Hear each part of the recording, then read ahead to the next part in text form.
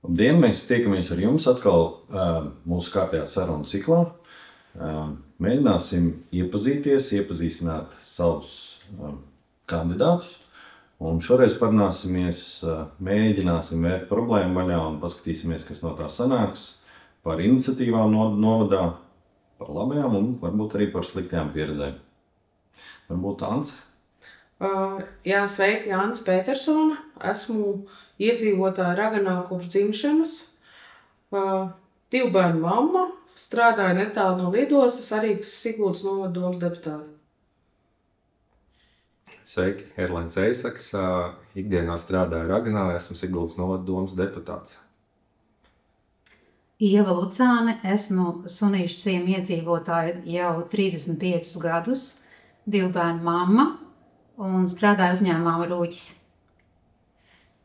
Un es, Jānis Vimba, Siguldas novada kultūras un turisma centra direktors, 3 bērnu tēvs un arī kopš dzimšanas Krimuldas pagasta, jau Siguldas novada iedzīvotājs.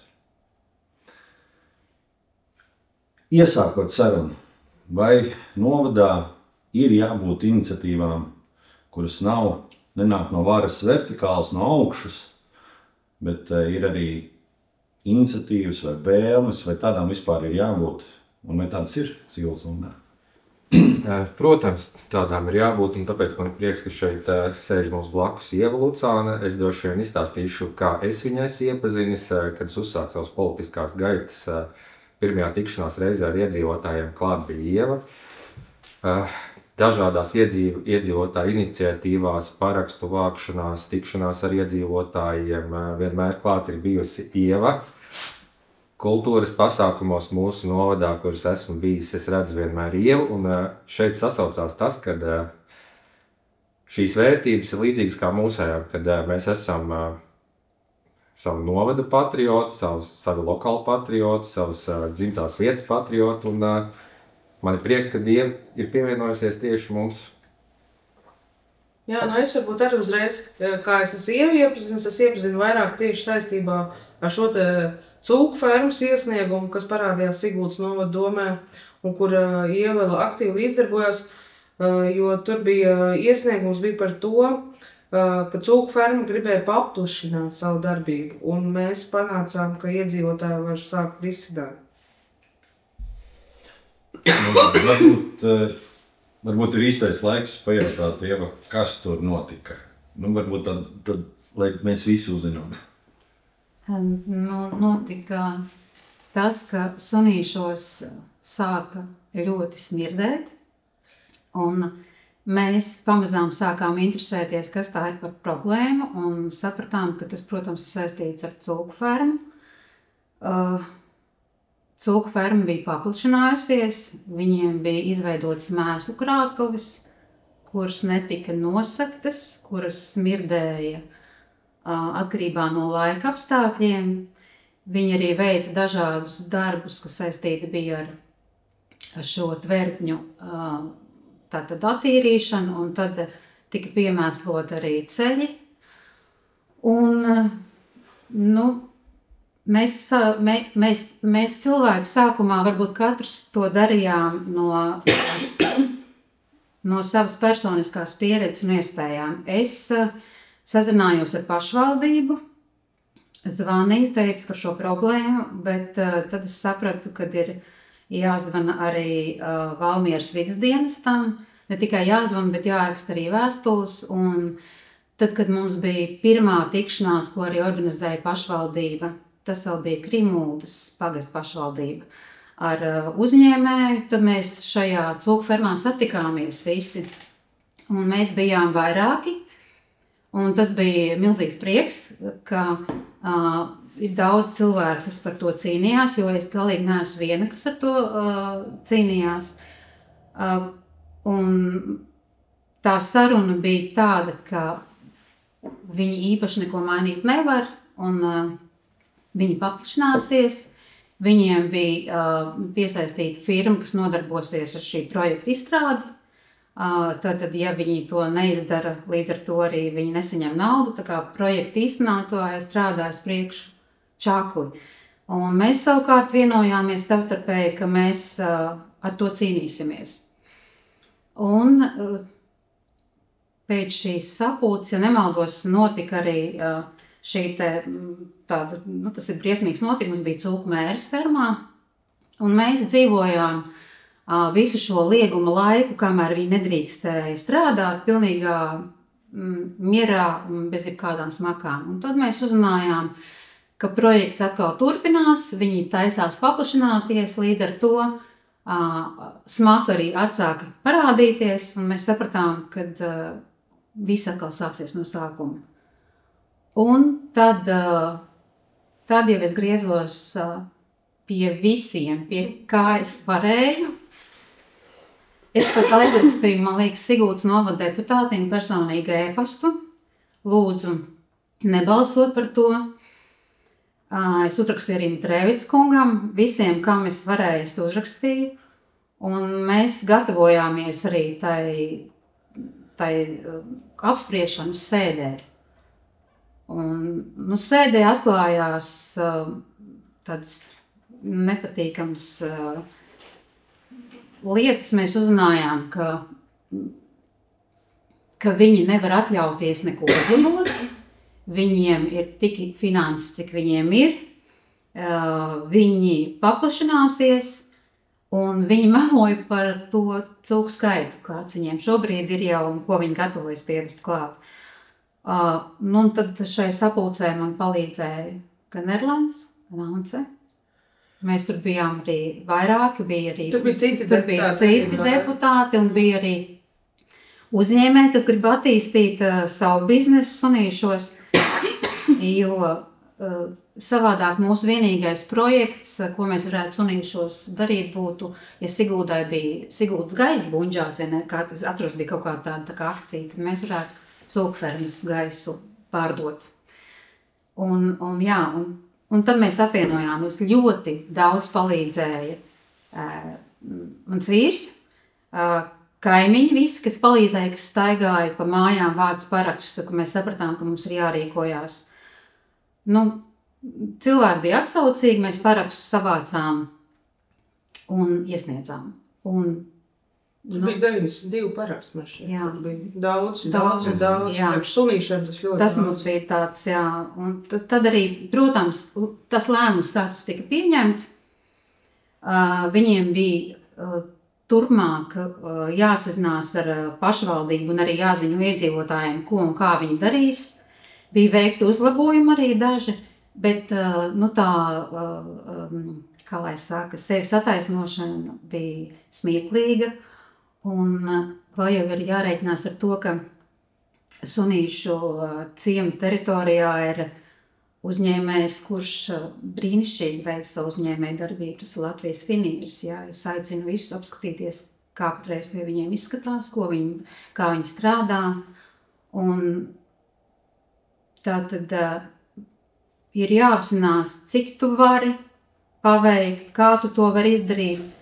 Un galvenais ir šajos jautājumos jāstrādā kopā pašvaldībai ar uzņēmēju, uzņēmējiem ar iedzīvotājiem un pašvaldību ar iedzīvotājiem. Tu jau pieminēji Latvijas finieri, tad nav jau tikai sliktās lietas, ir arī labie piemēri uzņēmējiem. Un mēs, lai saprastu mums pavisam skaidri un saprotam, nav jau runa pret uzņēmējiem kā tādiem, bet mūsuprāt ir svarīgi to salāgot ar vietējo kopienu, lai tā vietējā kopiena necieš no tās uzņēmēja darbības. Jo savādi, manuprāt, notiek absurds, ka uzņēmums nodrošina kaut kādu zināmu skaitu darba vietu vietējiem pārsvarā cilvēkiem, bet notiek pretējs process, tie cilvēki tur nav iespējams tur dzīvot.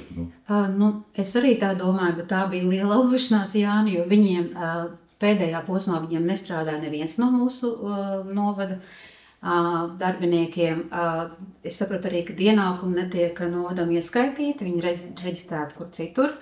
Līdz ar to šādos momentos vienmēr ir jāizsver, kas ir tas, ko mēs iegūstam no šīs sabiedrības, ko no tā sadarbības, ko iegūst iedzīvotāji, pašvaldība, plusi, mīnusi un pats galvenais, pieņemot lēmumu, ka tur varēs būt cūku ferma, es ieteiktu skatīties, kādi būs nākotnes attīstības plāni uzņēmējiem. Ja viņš tikai attīsta šo te audzēšanu un cūku un būvē klāt jaunas fermas, tas nozīmē, ka smirdēs vairāk, nesmirdēs mazāk. Ja? Ir jābūt kā tālējošam plānam, kā strādā kopēji pašvaldību uzņēmējs.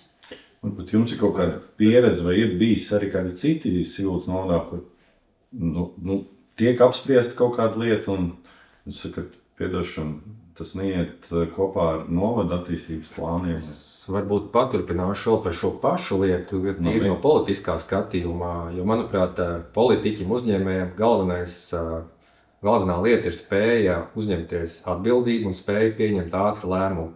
Šis gadījums ar fermu, manuprāt, bija tīri politisks lēmums, jo šeit bija divas puses, iedzīvotāji uzņēmēji. Un šeit bija politiķiem jāpieņem ātrs lēmums, lai nebūtu tā, kā tas notika, kad bija tas riņķa dancis, kad iedzīvotāji sajiet naidā ar uzņēmējiem, uzņēmējs sajiet naidā ar iedzīvotājiem, iedzīvotāji naidā pašvaldību, tikšanās, darba grupas, vēl kaut kas. No šī mēs visi varējām atbrīvoties un iztikt, ja politiķiem būtu spēja pieņemt ātri lēmumu un reaģēt uz šo atļaujam, neatļaujam un visas lietas slēgt. Mēs ar Anci uzreiz pieņēmām lēmumu, ka mēs šajā gadījumā esam iedzīvotāju pusē, un vēl daži deputāti mūs atbalstīja ātri, bet tur bija lielākā daļā.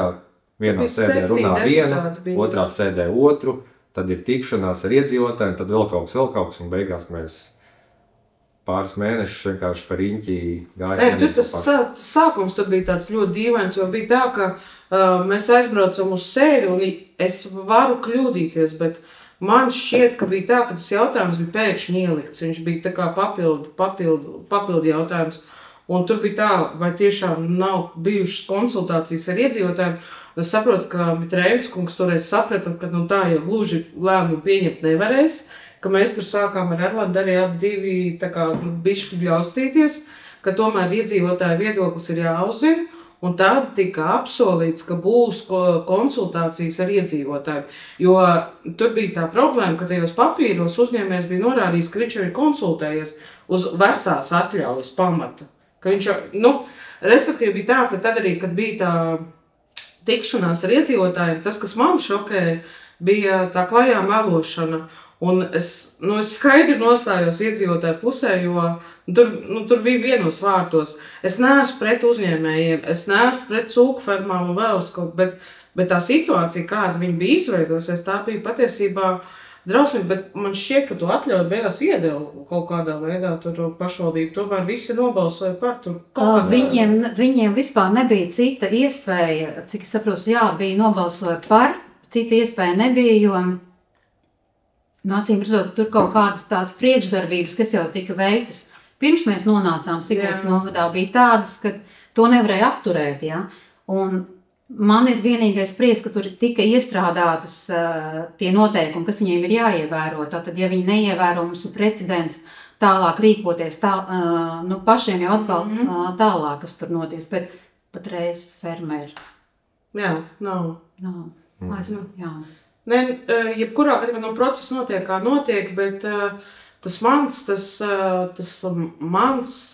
iegūms no tā bija, es redzēju, ka cilvēki cīnās, ka nav tā, ka mēs vienkārši sēžam mājās un nedaram neko, ka cilvēki tomēr iesaistās. Un tas ir labi, jo, ja neiesaistītos, tad tas atbalsts bieži vien nav. Un mēs pat ja es nemaldos iepriekšē, tā kā bija tā iepriekšējā pozīcija, mēs pat bišķi smējāmies par to, ka, ja iedzīvotāji savāks paraksts, tad kaut kāda reakcija būs.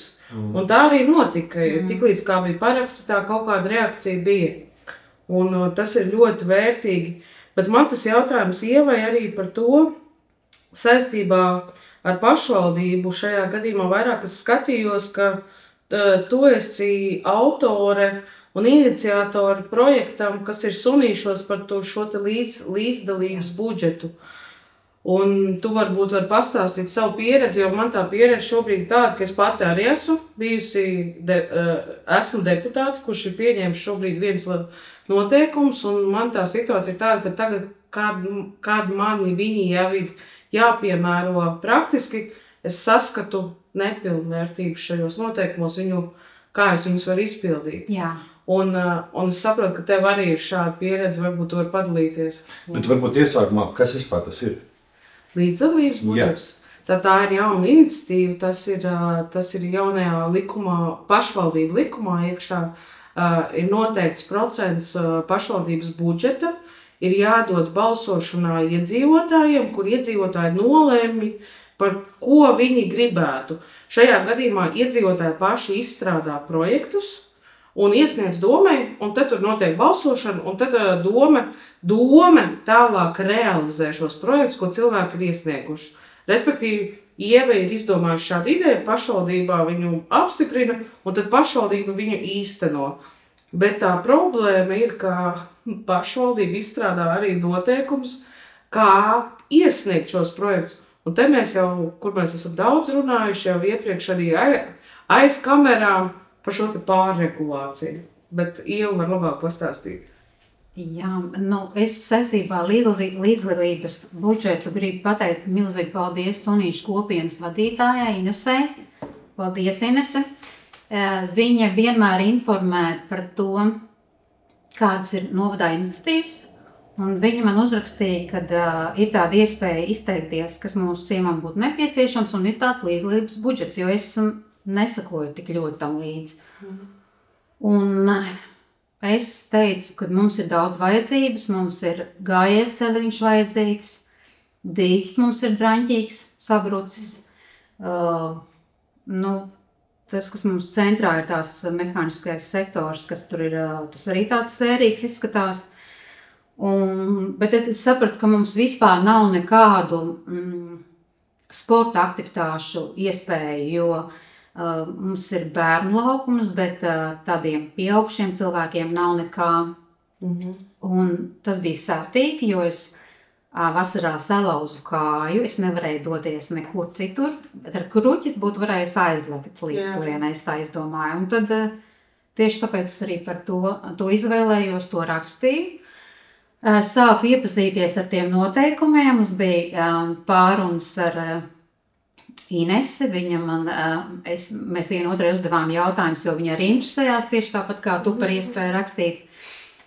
Līdz es sapratu, ka man ir jāzvan uz to tālruni, kas ir norādīts, kur var saņemt konsultācijas. Tālrunis sazvanīja, man teica, ka viņi nespēja atbildēt, ka jāzvan uz citu tālruņu numuru. Es zvanīju, man ieteica atbraukt pārunāt šo jautājumu, un es teicu, ka diez vai, tas taču ir tikai, tā ir veidlapa, ko tu aizpildi internetā, un kam tas ir vajadzīgs. Tad es sapratu, ka es vienkārši darīšu tālāk pati. Apakšā bija minēts, ka var iepazīties arī ar nolikumu, un tad es, protams, arī iepazinos ar nolikumu, likumu LV. Tad tas, kas bija mājaslapā publicēts un kas ir nolikumā, tur bija atšķirības, man bija vairāk jautājumi. Es griezos pie Ants man palīdzēja un atbalstīja, un tad es zināju, kā man tālāk rīkoties, bet, lai to izdarītu cilvēks, kuram varbūt, kurš nelasa likumu LV ikdienā, kurš neiedziļinās šajos jautājumos, kurš negrib tērēt laiku, viņam varbūt var pāriet visu apetīt iesniegt tādu līdzdalības projektu. Tas ir tas, kas mani arī reāli uztrauc, ka es tagad arī, piemēram, rakstot šo te citu projektu, gan pieteikumu, ka es saprotu, ka ja es pati nebūtu tik daudz rakstījusi projektu savā pieredzē, tad es būtu ļoti apjukusi un es nezinātu, ko darīt. Respektīvi, vai mēs varam teikt, ka pati iniciatīva ir brīnišķīga, ka ir kaut kāda daļa no tā, ka paši iedzīvotāji var tur darīt. Iniciatīva ir laba, bet mēs kaut kur esam pazaudējuši to vienkāršību, tā mēs varētu teikt, jeb esam ieguvuši pārāk lielu sarežģītību tajā visā. Un tas process ir tik sarežģīts, ka mūsuprāt šķiet, ka to varētu un vajadzētu. Jā, to vajag vienkāršot. Vēl viena lieta, kas ir interesanta, tātad ir vairāki tie posmi, kas ir jāaiziet šim projektam, Un viens no tiem ir arī balsojums. Un tad ir tāda interesanta dilema. Sunīšu ciems nav pārāk liels Siguldas novada fona. Ja? Es neesmu Facebookā, es nevaru noreklamēt šo te projektu. Ja? Man palīdz Sunīšu kopienas centrs atkal ar šo te jautājumu. Bet cik mēs līdzsvaroti tad izvēlamies tos, kuri ir vinnētāji ar balsojumu. Tas arī ir interesanti, jo, ja, piemēram, ir vienā svaru kausos Sigulda vai Sunīša vai Mālpils, tad, tur ir jāsaprot, ka cilvēku skaits katrā vietā ir savādāks. Ja? Tās ir tādas nianses, ko arī var ņemt vērā. Respektīvi, mēs varam nonākt līdz situācijai X, kura paģēr to, ka mēs attīstam tikai un vienīgi vienā vai divās vietās projektus, iniciatīvas. Jā. Kas šķiet arī līdz galam, manuprāt, īsti pareizi nav. Jā, bet viena tā iniciatīva bija, ko uzsāk jau vecais Krimuls novads, šis te Sunīšu kopienas centrs. Esam dzirdējuši dažādas atsauksmes. Vieniem patīk, vieniem nepatīk, kas tur notiek. Kā tu, piemēram, viena novada ciema, viņš ir pabeigts projekts, tur strādā cilvēki. Kā tu vērtē to darbību un kā vietu priekš vietējiem iedzīvotājiem?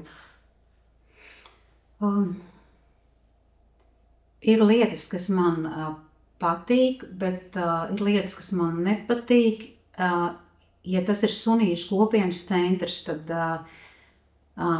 būtu jauki, ja šo vietu var izmantot maksimāli un pēc iespējas vairāk cilvēku. Šobrīd ir ļoti populāri dažādi veidi šie te Eiropas projekti vai vienkārši projekti, kur cilvēki dod iespēju iedzīvotājiem, piemēram, vingrot, vai vēl kaut ko darīt, Bet mums arī bija polemika čatā tajā kopējā par šo jautājumu. Tas ir jādara regulāri, to nevar darīt 2 reizes mēnesī vai kā savādāk. Ir jārada iespēja, ka cilvēki to var darīt regulāri, lai tas dod kaut kādu jēgu. Nav jau jēga aiziet pavingrot 2 nedēļās reizi. Ja? To nedrīkst darīt, es saprotu, jo ir norādīts, ka par maksu to nevar darīt. Tātad mēs reāli šo centrs ir, bet izmantot mēs viņu līdz galam kaut kādu laiku posmu, cik saprotu, nevaru. Es saprotu, ir tikai 5 gadi. Un tur ir kaut kādas tās birokrātiskās procedūras, respektīvi, ka tā ir pašvaldības iestāde, un līdz ar to ir jābūt kaut kādam publiskam maksas pakalpojumu cenrādim. Ja tu neesi sabiedriskā labuma organizācija, tad pavelti tu dabūt nevari. Un ja tu esi kaut kāds aktīvists, tad gluži pavelti var vienkārši nevar. Tur atkal ir tās birokrātiskās procedūras, respektīvi, kā mēs nodefinējam šo centru. Es teiktu, ka tās visas lietas ir izcināmas. Viņas ir izcināmas. Nesarežģīsim dzīvi. Ja ir problēma, meklējam risinājumu. Es domāju, ka tur var atrast risinājumu, lai iedotu cilvēkiem vairāk šīs telpas, kuras var izmantot. Jā, tas būtu tikai loģiski un normāli. Ja tas ir kopienas centrs, tad tas ir cilvēkiem, kuri tur var pulcēties, vingrot, dejot. Tur ir kas dejo un vingro, bet to var darīt nopietnāk, to var darīt pie profesionāļiem. Un to vajadzētu ļaut arī darīt par maksu, jo tas ir jāļauj. Ja cilvēki ir gatavi maksāt par kārtīgu nodarbību, kāpēc to liekt? Tuvu dzīves vietai, ka tev nav jādodas, nezinu, vai Siguldas vai Rīgas virzienā vai Cēs. Vai arī Raganas virzienā, piemēram. Ja? Tāpēc jau tas ir mūsu Sunīšu ciemu kopienas centrs. Ja? Jā, man arī bija viena meitene no Sunīša. Viņa saka, Anci, nāc, brauc ar mums kopā vingrot. Mums vajag vairāk cilvēks, lai mēs pierādītu, ka te ir vieta, kur var to darīt un ka mēs esam daudz, kur to grib darīt. Un tādā veidā parādīt to attieksmi. Bet tiem kopienas centriem ir jābūt tas, ko es redzu, ka mums vēl tā kultūra varbūt nav tāda izveidojusies, tā sabiedrība varbūt vēl bišķi baidās no tā kopība kaut kas tāds? Mums ir bijuši vairāki koncerti tur, un tikšanās bija brīnišķīga tikšanās ar Kārli Vērdiņu par New York Cells ķēķi. Bija apmeklētāji, bet es cerēju, ka šo ieradīsies Pūlis, tā nebija, bet tas bija brīnišķīgs notikums, ļoti interesanti.